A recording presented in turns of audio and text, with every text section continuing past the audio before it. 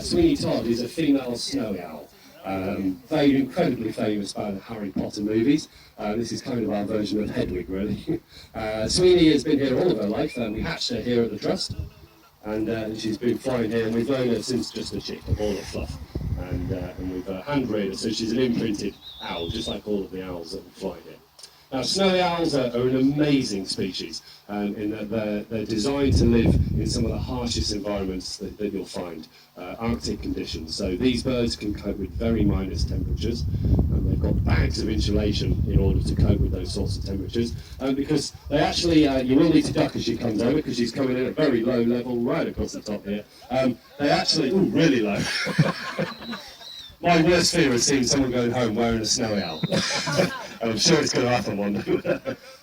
They actually roost, nest and rear their young on the ground, unlike most birds of prey. Most birds of prey would either rear their young in a cavity, in the case of most owls, in a hollow in a tree, or a barn in the case of the barn owls, or they build a stick nest or take over a stick nest from another bird. These guys, one of the few birds of prey that actually nest on the ground, because in the Arctic there aren't any trees where they live, so they have to cope with these very sort of cold environments. She'll do another one across as well, because she's going for it, isn't she? Not quite sure how she's going to sort of work, you know, because it's the very start of her season. So you're seeing a few birds that are just starting their season today, and a few that have flown right throughout the summer, and are just getting ready for a bit of a rest. That was really low. Have you noticed how we've taken out everybody there? You know, each section of the audience. You can tell that she's a female snowy owl because of the colour of her feathers. The females have got dark bars across their white feathers, whereas the males are pure white in coloration. And slightly smaller. That's how it goes in birds of prey. Females are normally up to a third bigger in size than the males in most birds of prey species.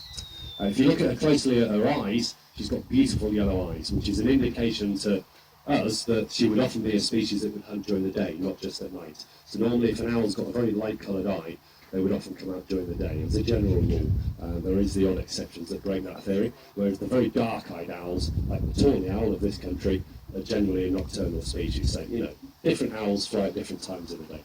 In the wild, very predatory, catching Arctic hare, it's the main part of their diet. Certain times of the year, they even predate on snow geese as well. So, you know, very powerful hunters. If you look at her feet as well, she's got feathers all down her body. Again, this is to cope with cold climates.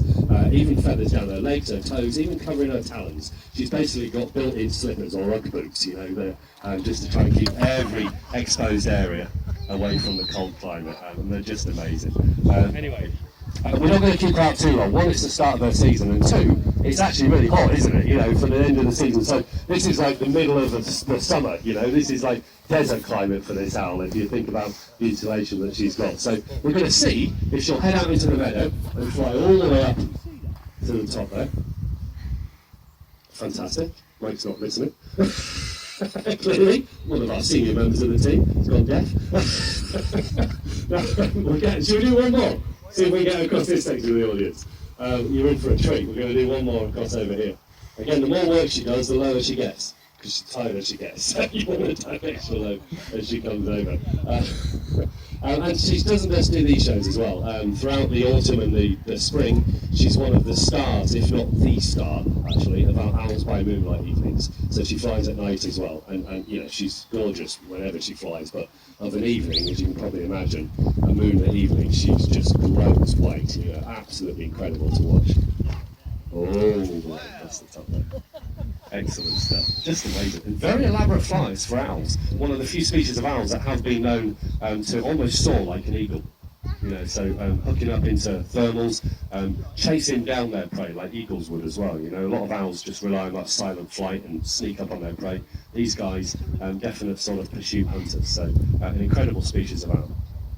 Up to the far side. We'll see if we'll just see if we can get her. What we're ideally going to do, see if we can do, which she doesn't always do, is see if we can get her right up to the far side of the arena there, to that pole up there, and then she's got a fantastic view of the bottom of the grounds where she lives. But now she's looking down there. Record for sitting there is about 3 hours. Which, you know, gets a bit... I could talk about snowy owls for quite a long time, but not for 3 hours. It gets a little bit boring after that amount of time. So she's one of the very few birds on our team that gets a summer holiday every year. You know, in fact, one of the few members of staff here that gets a summer holiday every year. There you go, now keep going, go on, all the way across. Oh, look at that, fantastic, lovely flight. You know what, I think she's done a lovely job. we're going to sack Mike and get her home, yeah? Fantastic. Excellent.